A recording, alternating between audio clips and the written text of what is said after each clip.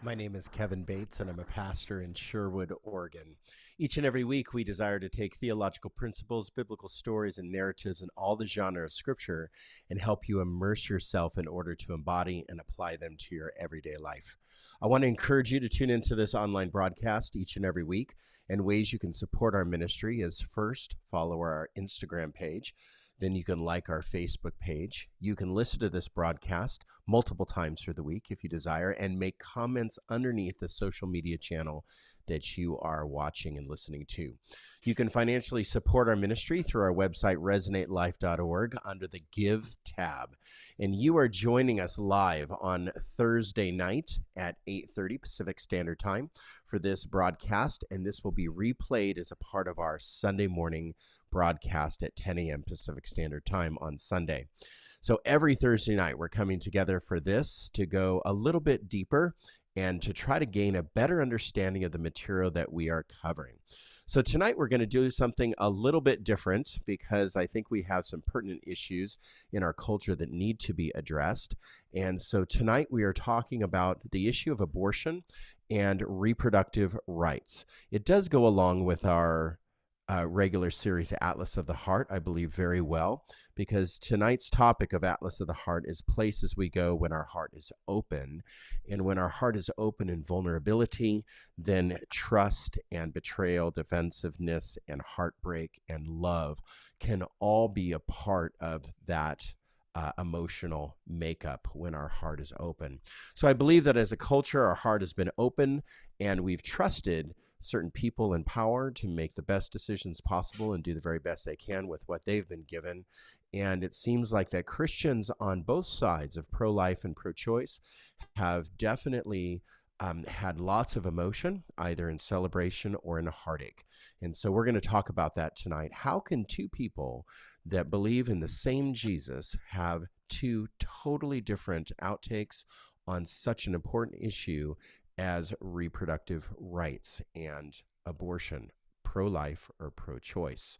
How can we come to two different conclusions? So we are here tonight, joined with me, Sharia Bodner and Jacob Fluke, two of my leaders at Resonate. Good evening, Jake and Sharia. Good evening, Kevin. I thought that was a good introduction. I hope That's great, that I hope that people got a scope about what we're talking about. We are in a Did we decide that we're showing it on Sunday morning? Is that what we're doing? Yes, why not? Okay, why not? I So think it's worth mentioning that flooding is also one of those Atlas of the Heart feelings, and I think many of us have felt that in the last week. Yes. So I think it's an important issue. I've been in a constant discussion with my friends and my family and just the people around me, pastors, non-pastors, leaders of churches, just people in the community. People are talking about it. And I think that it's very wise for the church to actually form and not just give an opinion, but to form an environment and pathway forward for opinions to be fostered and healthy approaches to some of the most controversial and vulnerable places in our society. So I can't imagine a deeper, more vulnerable place than the reproductive rights of a woman and her body and what is going on in her body and what choices she's allowed to or not allowed to make with her body. So I'm a male. I'm coming from that perspective. I'm so glad that Sharia is with us tonight. Be a very poor conversation if she wasn't. It would be a really typical church conversation, wouldn't it? So I'm really glad that Sharia is here because honestly, I do have my opinions of it, but I'm not coming from a female perspective, and we need that female perspective now. I think it would have been a lot easier, and correct me if I'm wrong, Shreya, wouldn't it have been easier to hear? I mean, it would be just as hard to hear a ruling from our Supreme Court, but I think it would be easier to hear a ruling from the Supreme Court if like female doctors were involved in the discussion. I appreciate that you said doctors. Yeah. Female doctors. Yeah. I think it would have just at least carried a little more brevity. not brevity, but oomph. You know, Gravity? can I say oomph? Gravity. Yeah, it would have been a little more weighty, I think, in maybe thinking a little more deeply, I guess, than some, old people on a bench. So we as a church have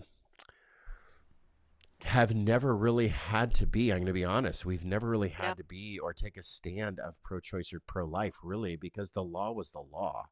And people made their decisions within the law. And honestly, there were a number of women that had in the past and in my previous ministries and this ministry have gotten abortions.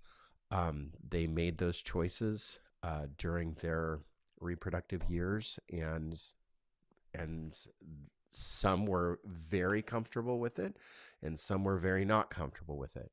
So there was a lot of an array of emotion, I think, with it. So I'm going to just open up by talking about the issue, because I think that the issue, I can speak to, the Constitution and such, and how that came about.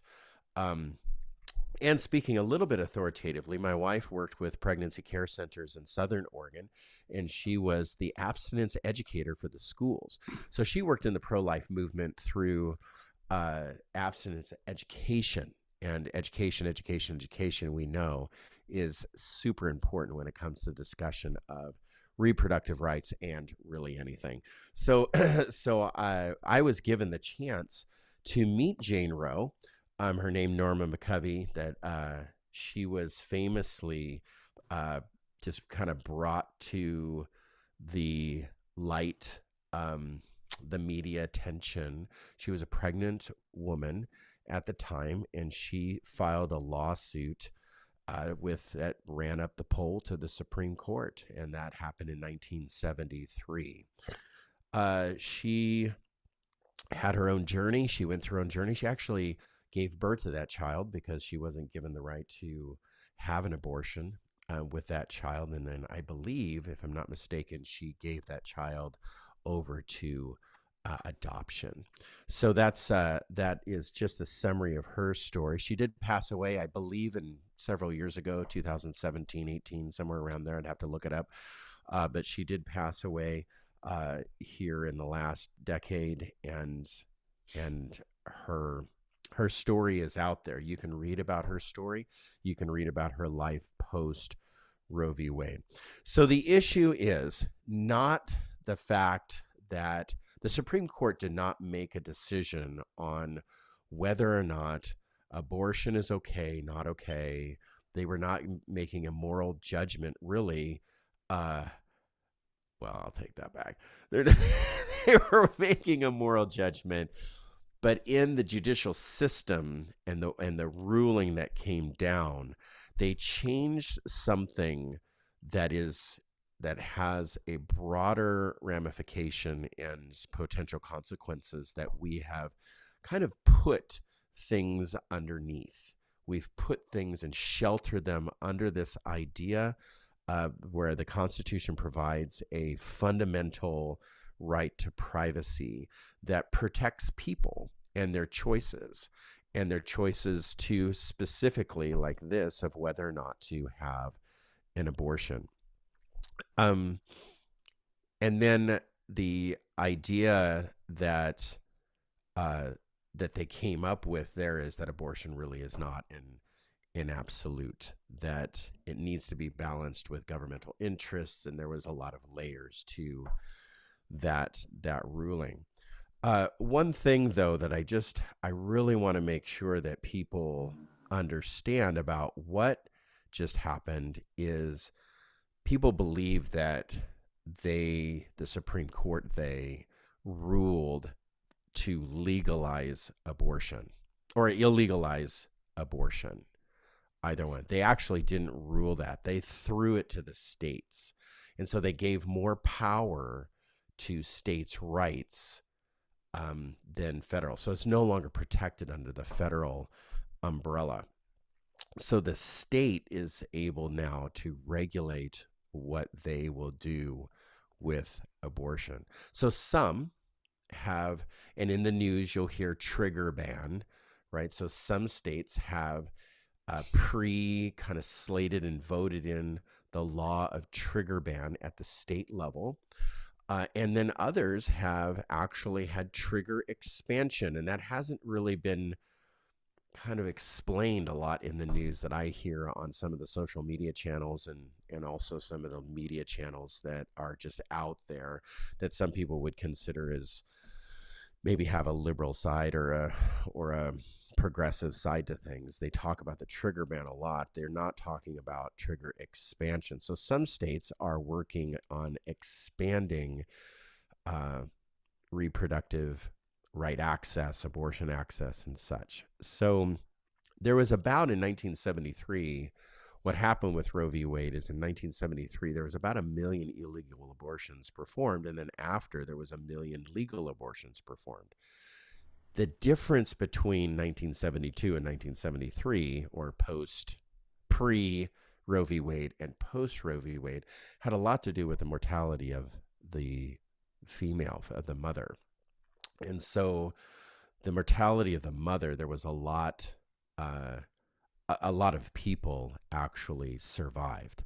And it wasn't, I guess the mortality of females then, I guess statistically, probably went down after that. And some people don't know this, but since Roe v. Wade, there has been a lot of education and there has been a lot of access to all kinds of reproductive care. So it's not just access to abortion, there's been access to reproductive care. And so as the church or somebody that advocates in the church of where do we go next, I think that we need to deeply consider what we're advocating for in the future for reproductive care. Just because Roe v. Wade was turned upside down, and in Oregon, it's fully legal to have an abortion, but like Idaho and Utah and some other states, it's not legal to have an abortion after each state is different of how they're laying their laws out in the next 30 days. Yet pretty much you can say that abortion has been banned or severely been restricted in some of the other states. But places like Oregon, Washington, California, there are certain things that are happening for expansion. So I believe, and I want to believe, that the Supreme Court, somewhere in their discussion, and I know that I've read this and I haven't been able to find it, that they do care about the health of the mother. They do care. They don't want people to die. And they do care about rights. Yet in the law, they've definitely said that the Constitution outlines the right of a person. And so that's where the idea of is an unborn child or is an unborn fetus a person? And they did weigh in on that just by overturning Roe v. Wade.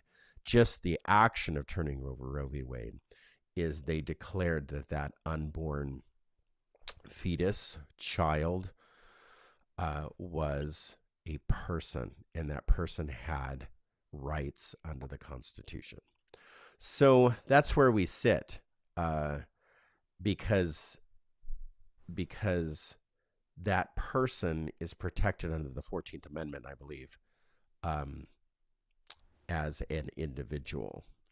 So that's kind of my pulling back from high school constitutional history and law. No, not. I've been kind of deep diving it. So, but that is the issue that we're dealing with. The Supreme Court threw it back to the states. Now the states have more power. Now, Sharia has some more history to share with us about abortion and abortion history, specifically in America, the United States of America. So you look at the history of, or the history of a ruling. But of course, that's just 1973 forward to 2022. That's really only 50 years or 49 years. So we have a lot more history that surrounds the reproductive rights of the woman that goes well beyond 1973. So Sharia, take the floor, and you're going to kind of expand our knowledge a little bit. Yeah, I was listening to a podcast this morning, and that's where I learned this information. So it's very new to me.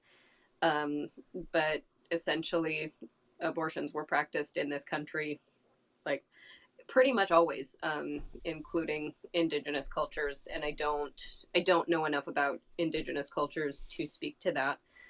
But I can speak to United States of America history. What I learned was that coming out of the Civil War, we had made a lot of advancements in medicine, learning about how germs were transmitted and sterile procedures and all of that kind of stuff. And as doctors were gaining more and more knowledge, they kind of wanted a monopoly on that knowledge, and that extended to maternal and reproductive care, which had been mostly managed by midwives and doulas up to that point. Midwives and doulas could perform abortions, they could facilitate miscarriages, they provided pre and post birth care, like everything centered around maternal health. And that was just normal and accepted. And most people had herbs in their garden that could cause an abortion if that was what was needed for the situation. So it was coming out of the Civil War, as doctors are trying to build up their profession and started to discredit this information to take power away from the doulas and midwives. And that's when we started to see a movement against abortion, which then came to a head in 1973 with the ruling of Roe v. Wade, and now coming to a head again in 2022.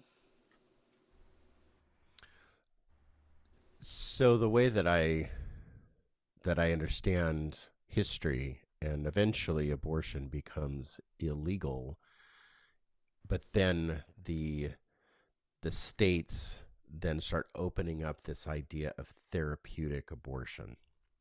And in therapeutic abortion, you're concerned about not just concerned about the child. What you're doing is you're being concerned about the mother. And therapeutic abortion, kind of an old term, I think. So the physical health, the mental health, the financial burdens, the social stigma, all that is considered in basically the physical and the mental health of a woman. So they would perform what they called therapeutic abortions. And therapeutic abortions were basically, in some cases that I've read, you walked in and said, this pregnancy is causing a distress on my life, and they would perform the abortion. Of course, there was a lot of illegal abortions because access to therapeutic abortions meant that you had to state that you were under distress or mental illness or such, and there were consequences to that, especially to people of color and people of different minorities, but also just marginalized people in general. So Poverty, it became... Say again? Poverty in a sense. Right. Impoverished people. Yes. And so it became this issue. Are you going to, walk in and say that you want an abortion, and actually admit that you're having like a mental break or a mental distress? And of course, again, there were consequences for saying that. Yeah, incarcerated. Right. So the rich and the sterilization is, I think, is what he's getting at. So they're between the rich and the poor, there became a disparity between two distinct people groups. Let's say the rich and the poor, that it became abortion was able to be accessed by rich and not accessed by the poor. The poor get poorer, the rich are able to get richer. So in this time, a president by the name of Ronald Reagan signed in law in California. This is While he was governor. Pre Roe v. Wade. He's governor, that opened up the idea of therapeutic abortions he gave more access to therapeutic abortions, and a lot of Republican governors followed suit. They also called upon this pastor group of people to help women find pathways to safe reproductive care, which I thought was interesting, that there were coalitions of pastors all over the United States that actually helped women, because it was a marginalized issue. So every time you have a marginalized issue, the church, or at least some of the church, that's the call to rise forward and take care of those that are in the margins.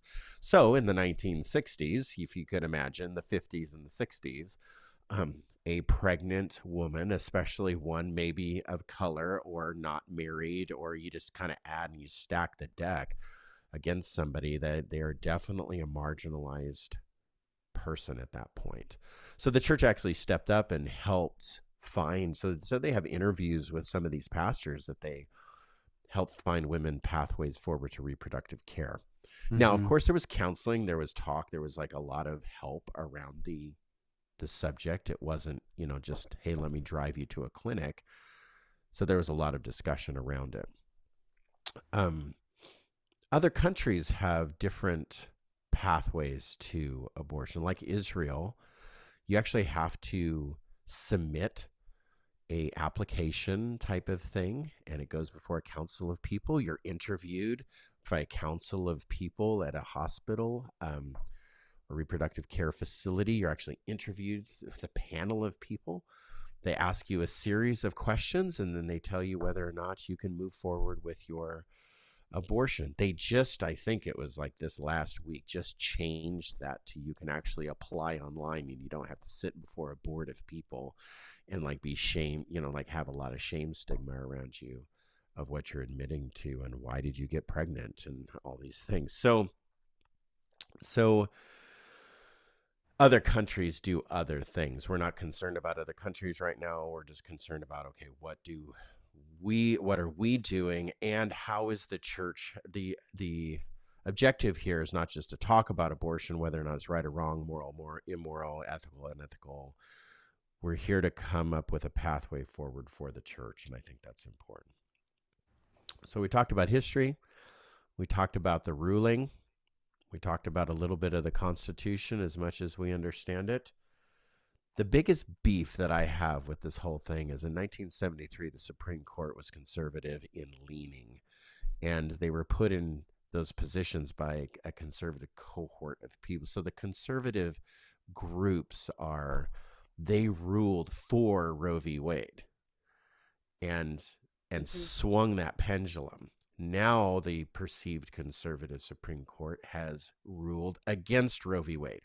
So if the conservative Christian, right, the fundamentalist Christian is going to say abortion is the biggest genocide of all of history, of all of time, of all of creation, if they're actually saying that, which I've heard that before, in pro-life seminars and groups and stuff, it's the biggest genocide of all time.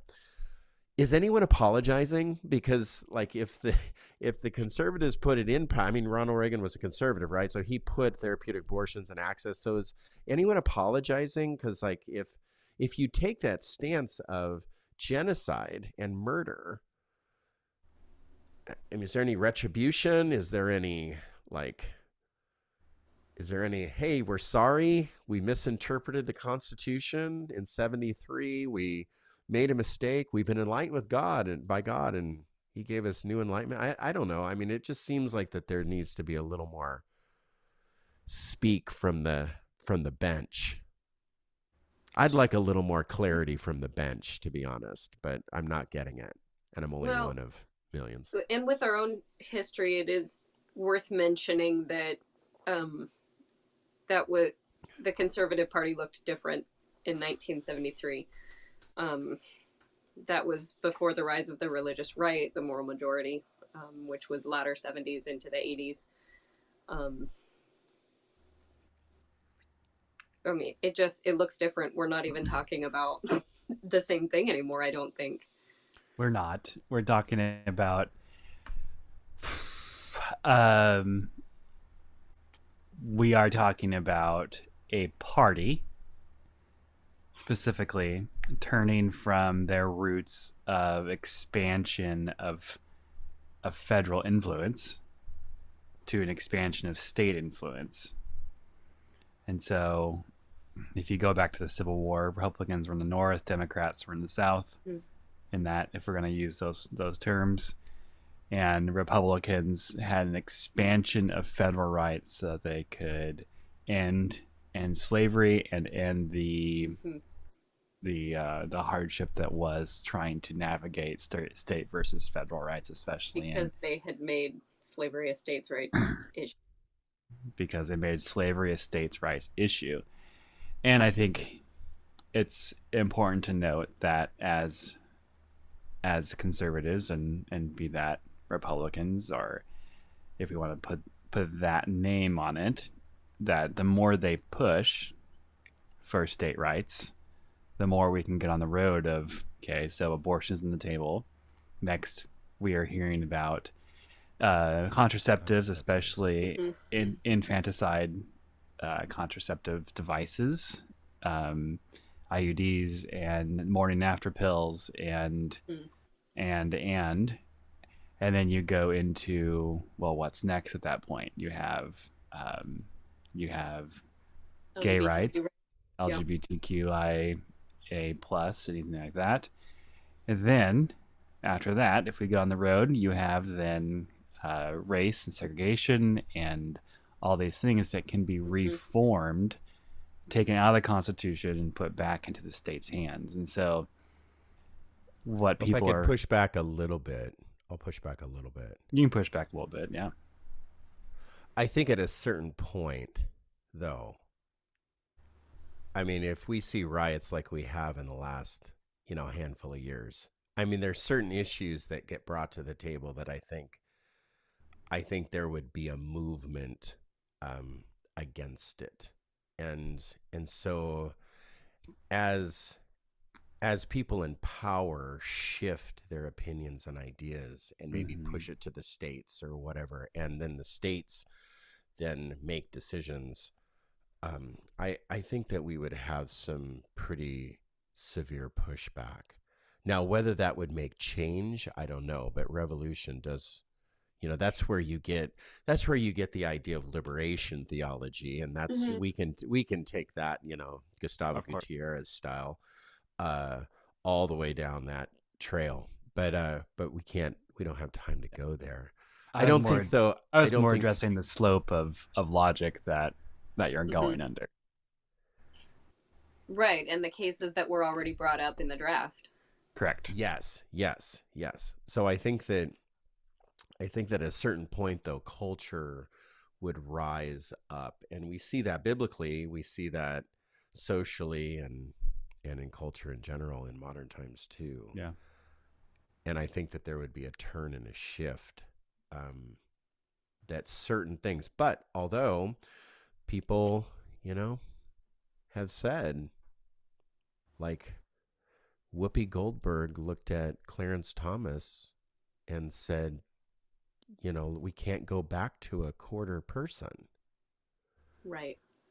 Like, we can't go back there. And I 100% agree. So I think that people, I hope that people would find some reason. Let's talk about reason for a minute. Yeah. Well, can I bring something up? Yes, please bring it up. I also hope that we can create some cultural change. I do think it's important to be aware that when your rights are coming from government can take rights away depending on who's in control. Sure. Yeah, so and your location. Things can still change anytime. Yep. In either direction. Mm-hmm.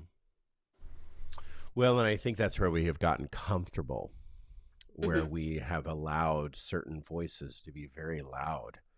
Yeah. And we have not been advocating for something different. I would put the onus as, people are angry or celebrating, and the Christian is angry or celebrating right now. I would put a lot of onus on the church, because in the last 50 years, what has the church done to make Roe v. Wade irrelevant? That's the issue for me. Right. What has the church done in 50 years? 50 years is a long time to put together, advocate for reproductive care, to put education in place. I mean, honestly, like, we're, as Christians, we're so afraid to talk about, and we're so shame-based when it comes to sex, the potential of sex, pregnancy, unintentional pregnancy, whatever it is. We're so like shame-based, that we don't talk about things. Therefore, we don't advocate for education. We don't talk about it in front of church. I used to do a sex series every year where we talked about sex. And I would Well, rather if you talk about it, yeah, and if you provide avenues of safety, you're resources. actually condoning the behavior. Well, that's the mentality. Yes, and that's what you're fighting against. Right. The mentality that, just because you're educating people on what's available to you as resources, Mm-hmm. I think, you're deemed a progressive, Yeah, it's like the HPV shot, liberal. right? Right. Exactly. There's a lot of shame So around it. There's lots of shame. Yeah. that will give them more of a reason to go have sex because that's a real thing. That was told to me when we Yeah. were faced with, whether or not my daughter was going to get an HPV shot. I had to really think about that. Go, okay, Mhm. well, but I want my daughter to be protected in case, like, what happens if that's violated in her? What happens if that's Right. like lines are crossed and she's It's like didn't 4 and want 7 this? girls. What is it? 3 and 5. Yeah, It's a it's huge percentage that it's there a are. huge percentage. Yes, Yeah. I'll agree with everything that everyone is saying right now. Okay, so what bothers me a little bit about these two arguments, pro-choice and pro-life, and from the Christian perspective, because there's Christians that are pro-choice and there's Christians that are pro-life. Now, the evangelical Christian, the kind of their tenet is pro-life. For conservative Christian people, that's really what that swath of Christianity subscribes to. Then there's another group of Christians that would be pro-choice. The problem with this argument is both sides do not have, from my perspective, a handle on Scripture, a handle on history, a handle on church tradition, a handle on what's real, not real, and foolish sounding and not foolish sounding when it comes to this issue of reproductive rights. So from a pastor's perspective, I get really upset because honestly, it just looks and seems foolish. Like when we open our mouths, we seem foolish. So let's just start with the pro-choice side of things, Christians and the pro-choice side of life. What they sound like when a Christian advocates for pro-choice, they just sound like a humanist. It's the antithesis argument where they look at, I am pro-choice because I don't want to be like them. I don't want to be like an evangelical Christian that has his head in the sand. I don't want to be that person. And so I'm just going to do the anti-argument. I'm going to fall over to this camp. And that really bothers me because there's so many other avenues to take when it comes to pro-choice. So using the antithesis to try to argue for your point is like saying, I'm right because I believe I'm right. And that just doesn't, and I'm right because I believe I'm right and you're wrong. There's the full thing. I'm right because I believe that I'm right and you're wrong. That just doesn't make sense to me. I think there's so much more that we could do when it comes to the pro-choice argument. So the pro-choice argument also, though, uses in Christianity, uses the history of evangelicalism and the religious right as part of their argument of doing something different. So they didn't work on it. They hated on it. They're dumb. So we're going to be smart. And we're going to go over here. So you can't really build arguments that are solid and foundational theologies on just hating on the history of what somebody has done. Yeah. You're anti-party. So So that's probably, I guess, one of the many problems that I have with Christians that are trying to form a pro-choice defense. There's just different ways to do it by just looking at theology or looking at the Bible. There's different ways to do it than to just disagree with a people group. But then you have the pro-life people, and the pro-life people, I can go on for hours upon hours because my wife and I actually worked with pro-life people. So like I was exposed to this movement at a very intimate level, and we worked within it. We supported it. We went to their conferences and we sang their songs and such. And so I pulled up an article of a gentleman, and it was in CNN, and it was, a very public article. So I'm just going to say some of the things that he said in defense of his pro-life movement. He's Catholic, nothing against Catholics, but just like Protestants, Catholics have a lot of weird stuff in their faith. Protestants have a lot of weird stuff in our faith. And so we just have to say we're weird. So Christians are weird, and we have weird stuff in our faith, wherever we got that from. But the outside world looks at a Christian and goes, okay, those things that you believe in, like, are not reasonable. You argue about baptism and communion. I have no interest in your internal arguments about colors of carpet, hymns, baptism, and communion. I could care less, right? So here he says this: I contend that Catholics cannot support legal abortion for two reasons. So here's his reasons. Here's the two reasons he gives. He only gives two reasons. First, Catholics are reasonable people.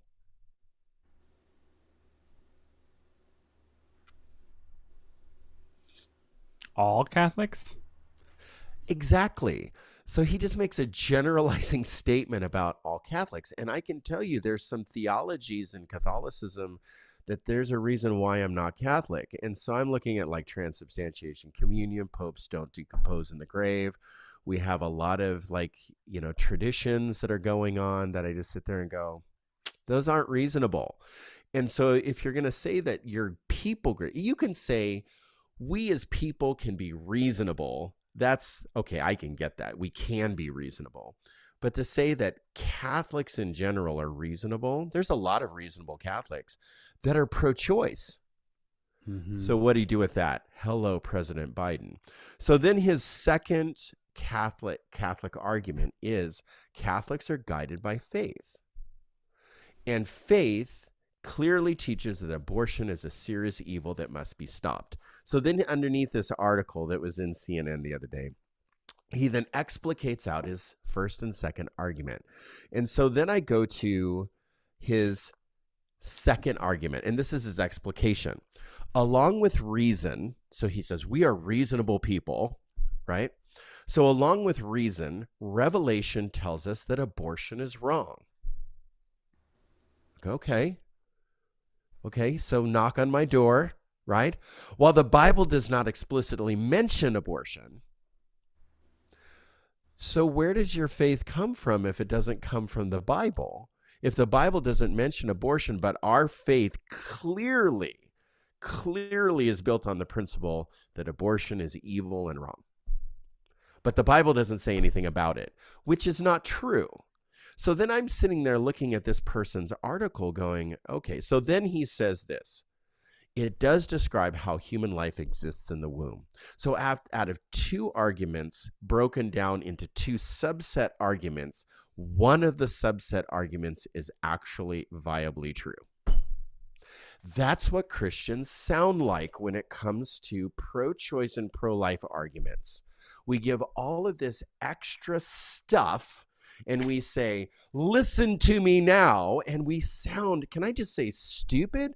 We come across so lame when it comes to social issues, cultural issues, all kinds of things. We just come across like, hi, I'm the most ignorant, uneducated person in the room. This is what I'm going to say, is that we're all, as Christians, reasonable people. All Protestants are reasonable people. Is that even an argument? I would A not make that defense? argument. I wouldn't make that defense. I mean, you just can't build an argument defense on we're all reasonable people. Speaking from this position, we're all reasonable. And second, my faith is built on this. The Bible doesn't say anything about that, but I'm still going to say my faith is built on this. So where did your faith come from? From the cosmic forces of the sky? So anyway, so let's build some cases. I am pro-life. I am pro-life from beginning to end. I don't believe in the end in capital punishment. You can argue with me all day long about capital punishment. It removes the chance of reconciliation and repentance, period. When you kill somebody, it removes that opportunity. I am not for war. I'm anti-war. I'm anti no regulation for guns. Guns kill people. I think they need to be regulated. I'm not for war. I'm not for guns. I'm not for death penalty. I'm also going to take the position on this panel because I know that Sheree is pro-choice. I'm going to say I'm not pro-abortion. I'm not jonesing for people to go out and get, why? Because I'm pro-life, but I'm also pro-life of the mother. And I'm also pro-life of that born baby. And I'm also pro-life of care around that mother. And so if we're going to say things like pro-life, we need to be pro-life from beginning to end. I am pro-homeless. I am pro-prisoner. I'm pro-LGBTQ. I am pro any social issue that is attached to a human being. I am pro, because it's a human being and God calls us to love human beings. So with that, Sharia, take us to Numbers 5, please. Oh yeah. Are we gonna have it? I need to cool off. Sherry's like, I'm going to get worked up, and here I am red-faced.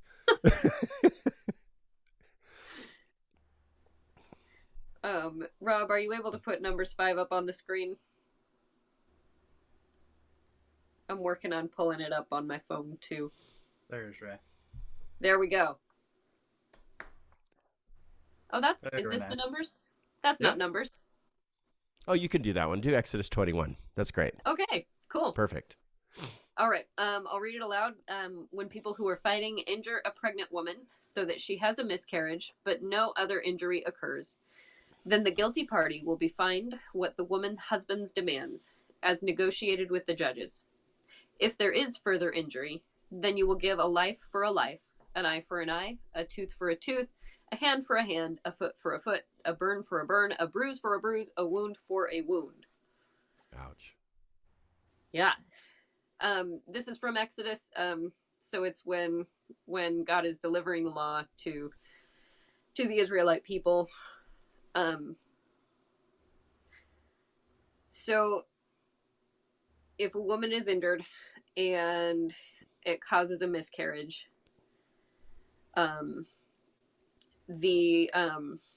what's the word I want? It's not reconciliation, but that's the idea.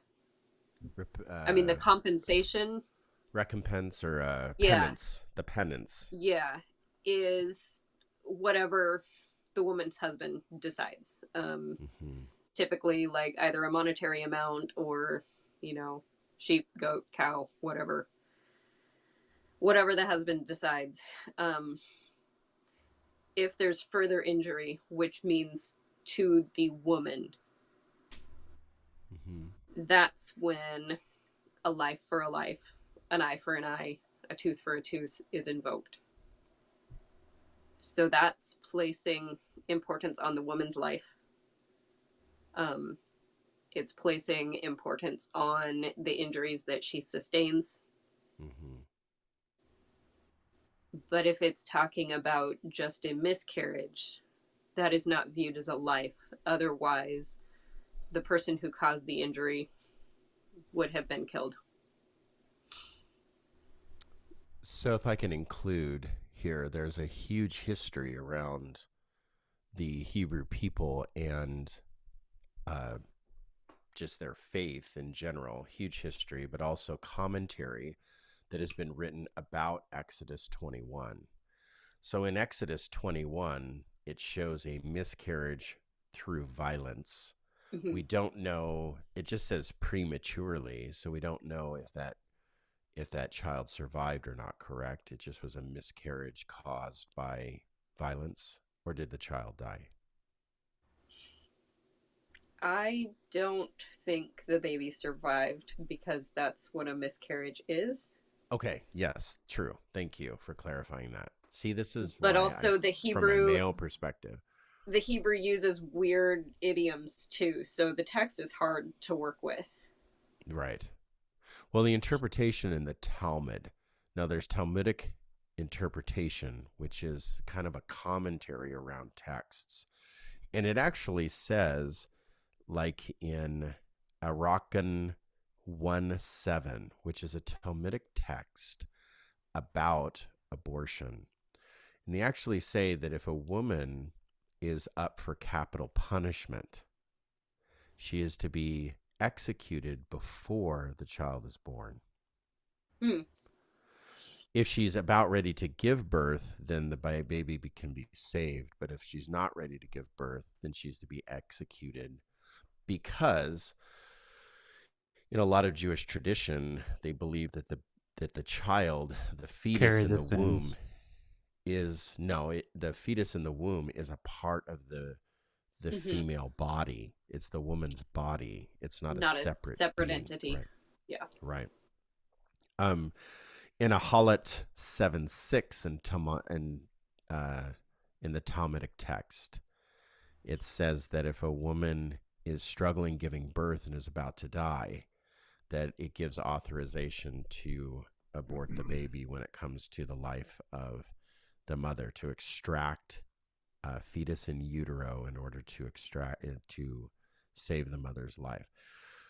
So those are two ideas there. The halakhic text actually says very similar things with Exodus 21, that it's not the interpretation of that. It's not homicide. It's not infanticide of the child. Otherwise, there would be death for death. It actually explains that Right. later. So there would be death for death. So the text actually refers to not the death of the child, but the death of the mother. Right. So in Jewish tradition, this is why in Jewish tradition you see a lot of support for abortion. And probably in Israel, we saw just in the last week, a lot of their cultural ideas definitely come from the Mishnah and the Halakhic and the Talmudic texts. So, and I don't know if like they use those to like interpret law and such, but I know that religious groups do. And so that would be a cultural issue for them to remain intact when it comes to reproductive rights.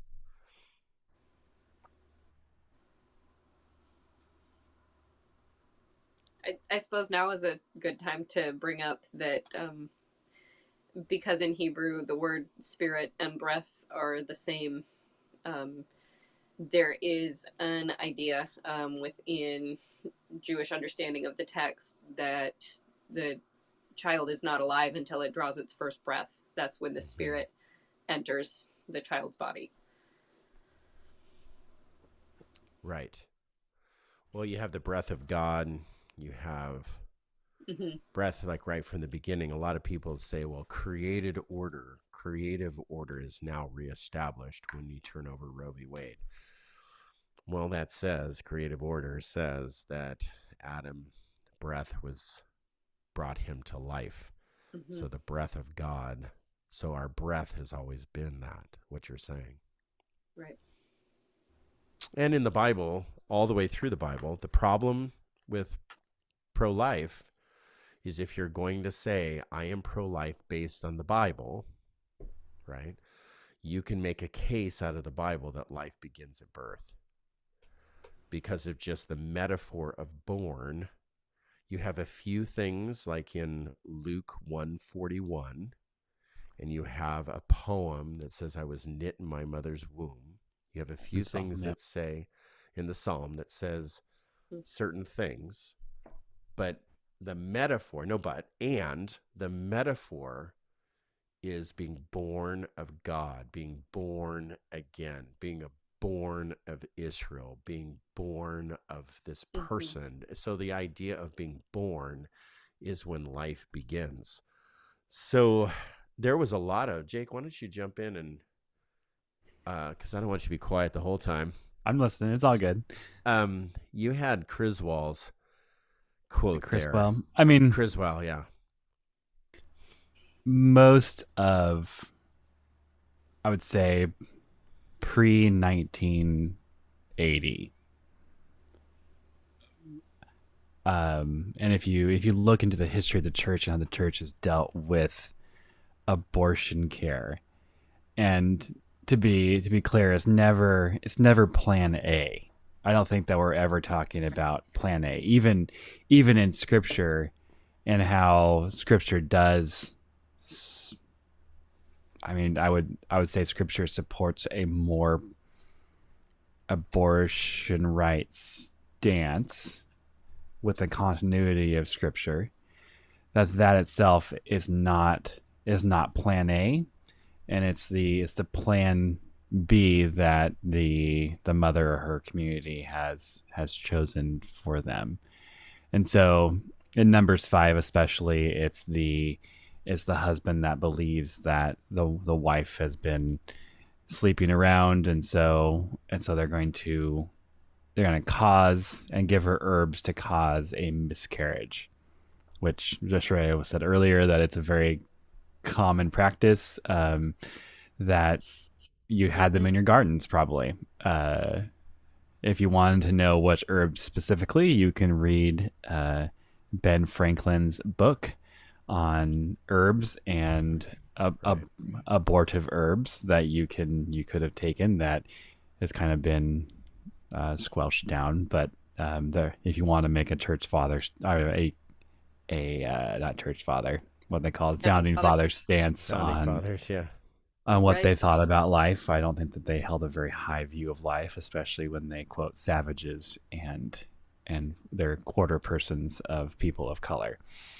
Right. So you have a view of life, especially in the Constitution, is hard to even establish. But going back to Criswell, who was the leader of the Southern Baptist movement from 1969 to 1970, believed that Roe v. Wade was the correct ruling because he believes that life happened when the baby had a detached personality and a detached personhood. I'd say not personality of character, but personage from their mother. And so that is when life happened to this very conservative, ultra conservative person that really founded our movement of especially neo-Baptist mega churches like Saddleback and Francis Chan and that style of preacher and church. And so, of course, their views have evolved. Their views have evolved, yeah. And I think that the church's view has especially evolved because of Jerry Falwell. Right.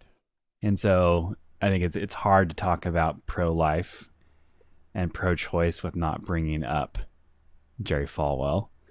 And I would say that he had an agenda before, and his agenda before was failing, and so he found an agenda that he could fight for, because, as we've said, it's easy to fight for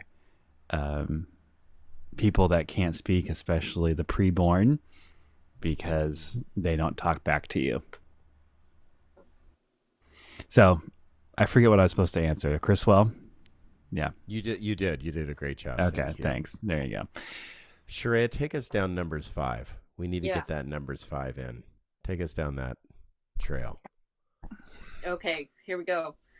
The Lord spoke to... Oh, no, it moved. There it is. Thanks, Rob. The Lord spoke to Moses, "Speak to the Israelites and say to them, a man may suspect that his wife has had an affair and has broken faith with him, that a man has had intercourse with her unknown to her husband, and that she has defiled herself in secret, even though there are no witnesses and she isn't caught. If jealousy overcomes him and he is jealous of his wife who has defiled herself, or if jealousy overcomes him and he is jealous of his wife who hasn't defiled herself, then the man will bring his wife to the priest. He will bring the offering required for her, 1/10 of an ephah of barley flour. He will not pour oil on it, nor offer frankincense with it, because it is a grain offering for jealousy, a grain offering for recognition, in order to recognize guilt. The priest will bring her close and make her stand before the Lord. The priest will take holy water in a clay jar, and taking dust from the floor of the dwelling, the priest will place it in the water. The priest will make the woman stand before the Lord, let the hair of the woman hang down, and place the grain offering for recognition, that is the grain offering for jealousy, in her hands. The water of bitterness that brings the curse will be in the hands of the priest. Then the priest will make her swear a solemn pledge, saying to the woman, if no man has slept with you, and you haven't had an affair, becoming defiled while married to your husband, then be immune from the water of bitterness that brings these curses. But if you have had an affair while married to your husband, if you have defiled yourself, and a man other than your husband has had intercourse with you, then the priest must make the woman utter the curse, and say to the woman, may the Lord make you a curse and a harmful pledge among your people, when the Lord induces a miscarriage and your womb discharges. And may the water that brings these curses enter your stomach and make your womb discharge and make you miscarry. And the woman will say, I agree, I agree. So the Hebrew there says gross.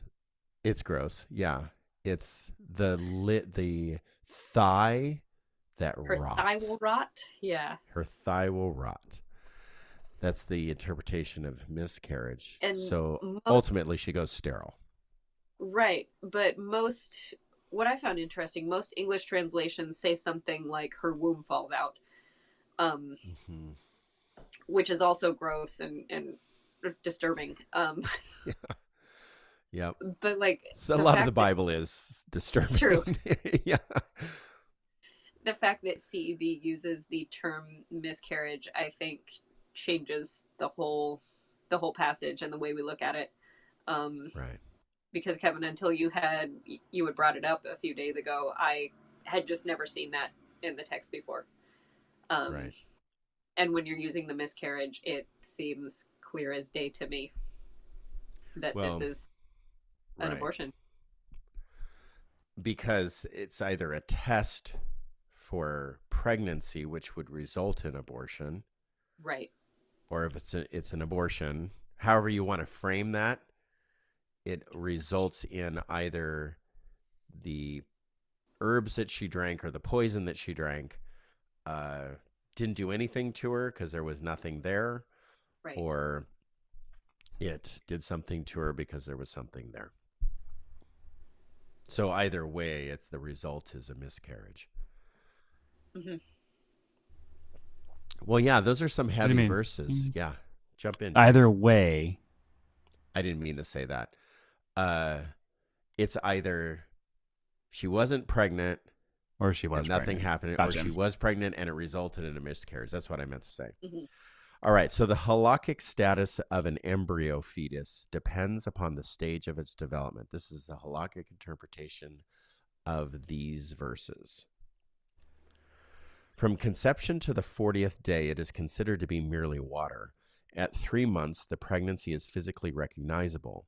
Prior to labor, the fetus is considered the limb of its mother, without independent legal status. During labor, before the head or the majority of the body is a breech birth is delivered, the fetus is considered a living being, but one whose life is less valuable than the mother's.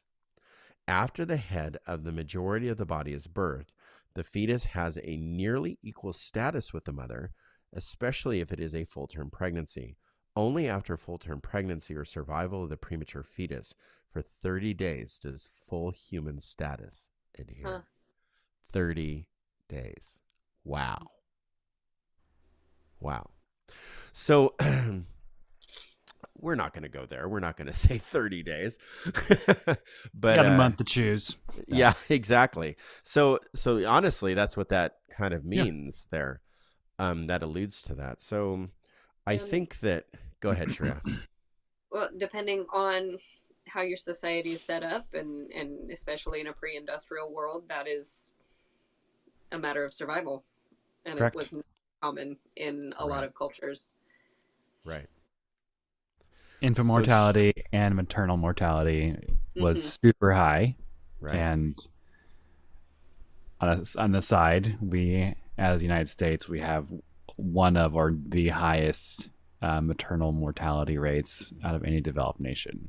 Yeah, ours is the worst. Yeah. So the problem that we face with the Supreme Court ruling is this, and this is a problem, is you have Islamic teaching, you have the Sharia law of Islamic teaching teaches something, I think it's 120 days. 26 weeks, yeah. 0 to 120 days. You have the Jewish interpretation with the Talmud, the halakhic interpretations, the Mishnah, the Talmudic interpretations of these specific scriptures of Numbers 5 and Exodus 21. Those for Sharia, she says, that's clear as day for me. And so now me as like Mr. Pro-lifer, I have some like serious work to do. Because if the whole Bible's theme is born of God and born brings life, and now I have Numbers 5 and Exodus 21 to deal with, and every Jewish traditional idea that's out there, and I have 30 days to contend with even, I have some problems to work through that I think if I'm going to take a pro-life stance, I need to work through those and actually have a solid. So take all the politics aside, leave the Supreme Court at the bench, take all of the voices that you've heard, right? The issue comes down to what the Jews called the nefesh, and that has never changed. The person is the pregnancy, the fetus, the embryo, whatever stage of development that embryo is that embryo, fetus, baby, is that nefesh? Is that a person? To have edict thrown at us that we now have a universal interpretation of life, that's pretty audacious. That's probably what stung me the most. It's like, wow, we now have a universal interpretation of life that even science doesn't like science doesn't even know, right? They haven't even decided on it. And all religions haven't decided on it or take different views of it. So that's problematic with our freedom of religion and belief in, not belief in science, but adherence to science. So as a pro-lifer and a pro-choicer, you have to figure out, what are you laughing at? Paisley's dreaming. Can you hear her growling? Oh yeah, I can hear her growling. Yeah. So Paisley has no problems. Paisley's the dog that just she doesn't. She's catching squirrels in her dreams. Yeah, exactly. You have to decide. So here's the issue. Yeah. It's not Roe v. Wade. It's not a right to privacy issue. It's not. When it comes to theology and the argument for or against, it's a theological idea of nefesh. Do you believe that that is a potential of life? And where does that potential start for you? Does it start at conception? Because science tells me that life actually is before conception. Life is sperm and egg is life. That's life. So to say life begins at conception, okay, no, it actually starts before that in the creation of reproductive ability. So you couldn't just like get through their argument. No, no. So, so, so life, you have to figure out where the potential of life But now begins. you can't choose at conception. Yeah, yeah. You have to, well, you know what? I to be honest, boots on the ground theology, right? If you believe that life begins at conception, every miscarriage would have a funeral, you would mourn, you would give a sermon, you would stand up and you would give condolences to the mother, and there would be absolutely no shame around that miscarriage. That's the practical theology. If you Correct. believe that life starts at you know Which would is be wonderful no matter what your stance if Also, you we'd did. be oh investing in maternal health. exactly. But because we people that are pro-life really I don't think believe in pro-life. They're pro-fetus. They're pro-birth, and as long as that birth happens, we're good. And we, if the child is on welfare, we hate you, or the mother is on welfare, or if you have food stamps, we hate you. So we're not pro-life on the other side of the vaginal canal. We're only pro-life in the womb, pro-fetus. And so that's really difficult to absorb sometimes. But we have to decide whether you're pro-choice or pro-life. We have to decide the potential of life. You have to stay away from the words viability. And that's where we get really, really sticky, because you're making a judgment call of whether life is viable. It's the potential. And is that potential start when the child is 26 weeks and can live independently? Or do you believe, like the Jews believed, it's a limb of the mother, that it's not nefesh until it can have an independent being? Or is it a part of the woman's body and just a part of it? So nefesh is the theological work that needs to be done. And at this point, after spending a week or longer, it seems, with my life and the work of pro-life, but also I'm in the last week of just during this time, I think we've convoluted some discussions in politics and religion, and it's sitting too close. It's dangerously close. Mm, So the choice is not whether you're pro-life or pro-choice. The choice is, what do you believe about nefesh? correct. So let's just unpack that just a little bit for our last few minutes, if we can.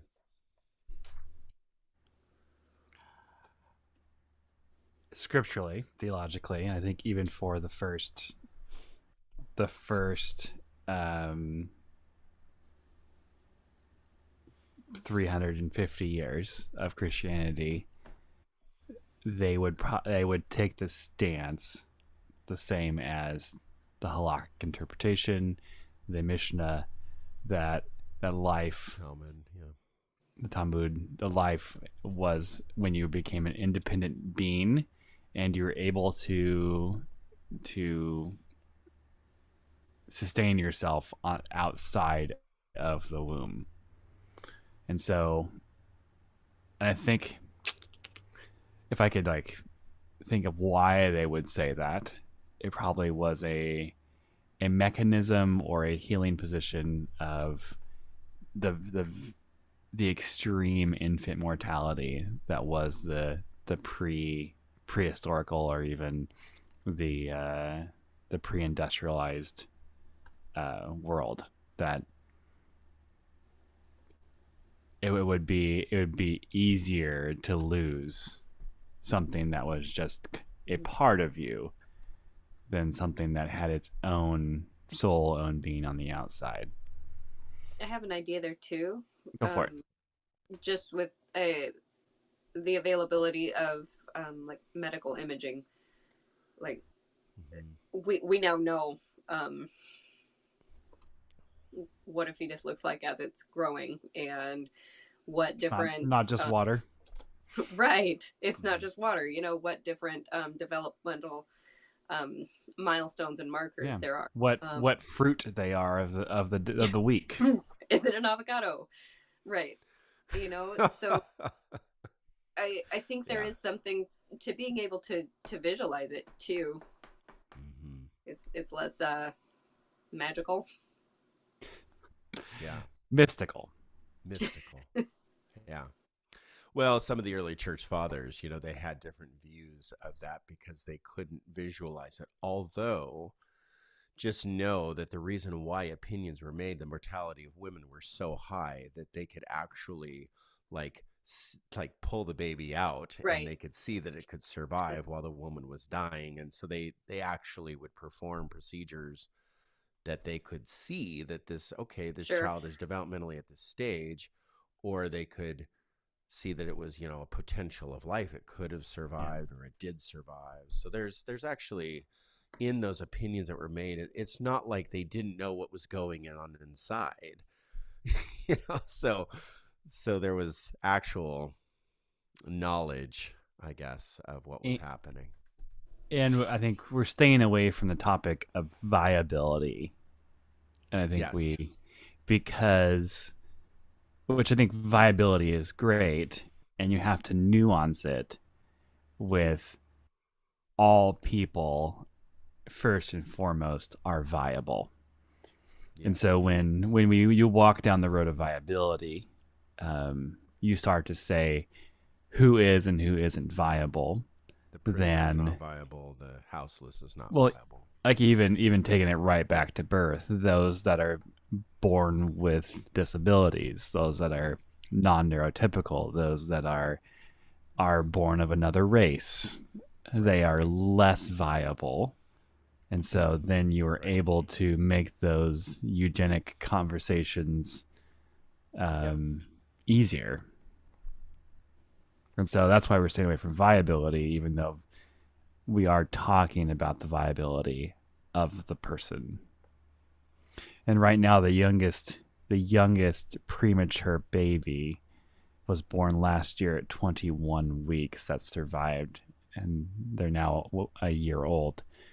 But the amount of care that baby needed, and the privilege that family had in order to is insane. But and we get judgment calls of, is that viable or not viable? And you look back and think, well, that's not your decision to make. Right. So we got to close it down. This was a healthy discussion. Let me just give a prophetic word to the church. And I wish I could section this off and make a new video. I might do it. Just to have my face out there, just giving a prophetic word to the church. It is Thursday night. It is Thursday night. There's been a lot of social media buzz around pro-life and how the Christians won, that we won something. That's a win for life, right? And there's a lot of memes out there that I've seen, and motherhood's been reestablished, and creative order has been reestablished. The values of God have been reestablished, and all that good stuff. We won. Number one, Supreme Court ruling, whatever direction it goes, is I'm not considering, and we should never consider what the government does for or against us, wins or losses. Jesus is the win. And if you believe in Satan, Satan is the losses. So where do we stand as Christians? I think that it's really important to analyze, of course, all the social media buzz of now is the time we can now welcome all these beautiful babies into the world, and adoption services can now be in full gear, and rah-rah-ree, we won. Here's all the money for that. Right. I've gone through 2 adoptions, and I can tell you that those were some of the most difficult experiences of my life. They were very expensive, $30,000, $30,000 to $20,000 and $30,000 for my adoptions. I would spend it again in a heartbeat. I love my kids, and I'm glad that I do it. I did it. I never regret it. I come from a very privileged position. And so the adoption services that are out there right now, let me just tell you, church, is a very, very difficult process to go through. That is not an easy process, whether it be national or international adoption. So thinking that you're just going to put it in high gear and now we're going to have all these beautiful babies that can be adopted into the world. It's not like a bus is driving by on Sunday morning dumping kids off and you're going to sign up like a roster and you're going to take a kid home on Sunday afternoon at noon and take them to Coco's for brunch. You're not going to do that. It's a difficult process. So that's the first thought that as the church is now is the time. Yeah, go ahead. Adoption in the U.S. is not difficult if you are willing to accept a child that is over the age of 3. Yes. And that's the sad part as well, is that we have now determined who's viable and who's not. Right. Yeah. So let me just finish my charge to the prophetic. Sorry, go ahead. Prophetic charge to the church. So I sit there and I think if we think that we're just going to wake up one day and all of our governmental and social services like adoption and foster care are all going to miraculously be fixed because the Supreme Court said go, that's just not going to happen. So where are we going to spend our time? Are we going to spend our time working? And where have we spent our time? Where have we spent our time? Because since 1973, we've had 49 years to spend a lot of time bolstering our adoption services and our prenatal care services and our reproductive care services and the access to health care for moms. And we've had all this time to advocate in Congress and Senate, in our branches of government. We've had lots of time, and we have not spent that time. There is a group that does baby boxes, and they are anonymous boxes in fire departments that a mother can take her born baby and put it in a box and shut the box, and an alarm goes off in the fire department, and that baby is now safe within the fire department. No questions asked, anonymous drop off, no abandoning babies style, where we're just putting it in a box safely and making sure that, why isn't a baby box in every single, I mean, honestly, like we've spent billions advocating for anti-abortion. So why haven't we spent billions putting baby boxes in every fire department in America? Foundries. Why haven't we done that? So there's so much that we could have done. And here's the charge. There's so much that we could have done, but we didn't do it because the church doesn't do this stuff. We don't advocate for the marginalized. We're afraid to get our hands dirty. We're afraid to sit on the margins and help the people that just don't make us. We want pretty people in our churches clapping their hands and singing hallelujah and sitting in our comfy chairs and being typical American church that doesn't feed the houseless or house those that are needing homes or clothe the naked or go to the prisoners and help them be free. We don't spend our time there. Many people. There's some people that do, but for the majority, we don't. So I would say that now is the time. If we're going to be in this era of life, now is the time to spend our time making sure that women are safe, making sure that they're cared for, making sure that they have options, making sure that adoption care is actually a easier road to walk down, making sure foster care is an easier road to walk down, making sure that and let's spend 50 solid years, because we could have made Roe v. Wade a completely irrelevant ruling. Over 50 years, we could have taken the abortion rates and just dropped them significantly, but we didn't. We didn't spend the time. So if we're going to sit there and go win for Christianity, it'll be a win in 50 years for me. And so let's spend the next 50 years making it a win. That's where I'm at. So church, it's time to get busy. It's time to put boots on the ground if we're going to be in this situation and fix some of these problems that we have, and not just jump into some camp of politics and point the finger and just dig your heels in. And if somebody believes something different, you're just against them and building arguments against them. Let's step out of that and step into pro-action and actually build something and make sure that women are taken care of and not marginalized and depowered and all these things that we have going on. It's just nuts to me. Anyway, closing thoughts, you guys. I think that was a great closing thought. No, give me a closing thought. Give me I'm all worked up again. I want to add, let's make sure that the women that we're caring for come from all colors and walks of life. Yes. Because the reality is abortion has been inaccessible for women of color pretty much this whole time. Maternal health care for Black women in particular is atrocious. So this is a big deal because white women are now feeling it, but this has been happening this whole time.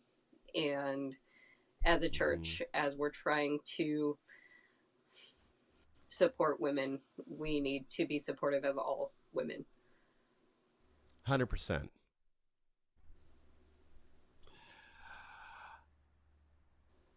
I think the argument to me goes back to what the church has done in the past, and not thinking about the last 50 years, but talking about the first 3 centuries and continuing on, that we were a people group that was known to take in the orphans, walking the streets at night and picking up children that had been abandoned, as they were called, foundries or foundlings.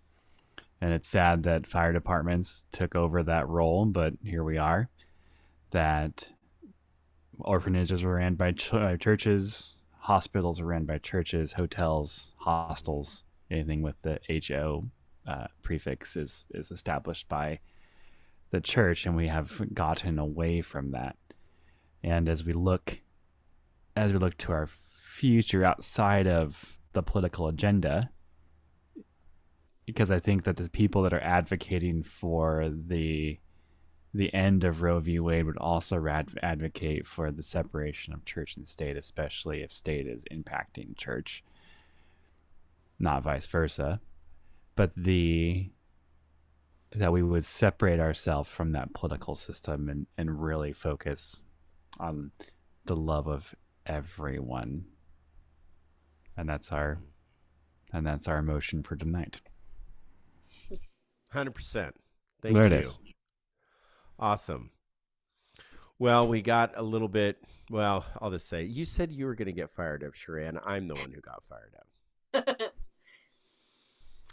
I think what we said tonight is reasonable. I think what we said tonight is... We're reasonable people here. We are reasonable based upon our own reason. Yes. Yes, I'm right because they're wrong and I'm right. I think that the scriptures that we have and the things that we can do, we just have to get back to that nefesh. And if we could decide on that, or to at least be allowing in that, I think we'd be better off. Better off as people, as Christians. And Jake, you're right. Shrey, you're right. Jake, separating church and state. It's time for the church to get out of the political realm. If you find yourself talking about politics so much in your life and not talking about Jesus enough, although we did that tonight. We talked about politics. We talked about the effect of politics.